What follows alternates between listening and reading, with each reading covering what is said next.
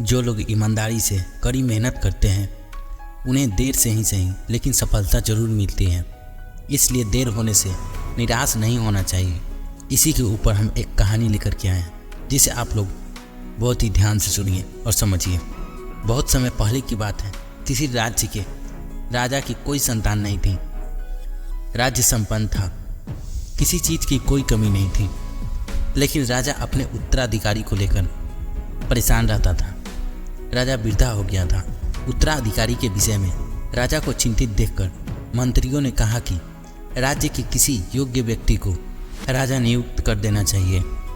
मंत्रियों की सलाह राजा को सही लगी। उसने अपने राज्य के सभी बच्चों को बुलाया और सभी को एक एक बीज दिया। राजा ने कहा कि इस बीज को अपने घर में किसी गमले में लगाएं और 6 माह इसकी देखभाल करें। जिस बच्चे का पौधा सबसे अच्छा रहेगा उसे हम राजकुमार घोषित करेंगे। सभी बच्चे ये सुनकर खुश हो गए और अपने अपने घर गमले में बीज लगा दिए।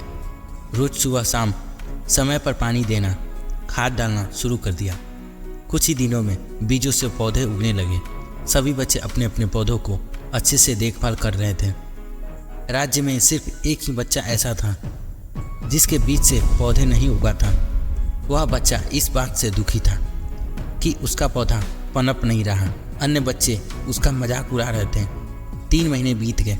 सभी बच्चों के पौधों में फूल आना शुरू हो गए, लेकिन उस बच्चे के गमले में पौधा नहीं उगा। बच्चा रोज सुबह शाम पानी देता, खाद भी डालता, लेकिन पौधा नहीं हुआ। इसी तरह 6 माह बीत गए। सभी बच्चे अपना अपना गमला लेकर राज दरबार में पहुंच गए। जिस बच्चे का बीज नहीं हुआ था उसकी माँ ने कहा कि अगर तुम्हारा बीज नहीं हुआ है तो भी तुम्हें यह गमला राजा के सामने लेकर जाना चाहिए। बच्चा उदास था, लेकिन उसमें राजा के सामने सच बोलने का साहस था। इसलिए वह ऐसा ही गमला लेकर राजा के दरबार में पहुंच गया। राजा ने सभी बच्चों के गमले देखे। अंत में वे उस बच्चे के पास पहुंचे जिसके बीज से पौधा नहीं हुआ था। बच्चे ने राजा को बताया कि मैंने पूरी ईमानदारी से कड़ी मेहनत की है, लेकिन ये बीज नहीं हुआ। राजा ने सभी बच्चों से कहा कि मैंने आप लोगों को जो बीज दिए थे वह सभी बीज खराब थे, उनसे पौधा नहीं उग सकता था। राजा ने आगे कहा कि आप सभी ने मुझे धोखा देने के लिए अपना अपना बीज बदल दिया है।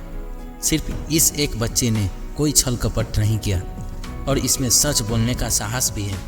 राजा वही बन सकता है जिसमें सच बोलने की हिम्मत और जो किसी लालच में छल कपट नहीं करता है। इसलिए मेरे राज्य का राजा यही बच्चा बनेगा जिसके गमले में पौधा नहीं उगा है। तो दोस्तों, आपको यह वीडियो कैसा लगा? आपको कहानी पसंद आया फिर नहीं? कमेंट करके ज़रूर बताइएगा। मिलते फिर से अगले कहानी में अगले वीडियो के साथ। जय हिंद।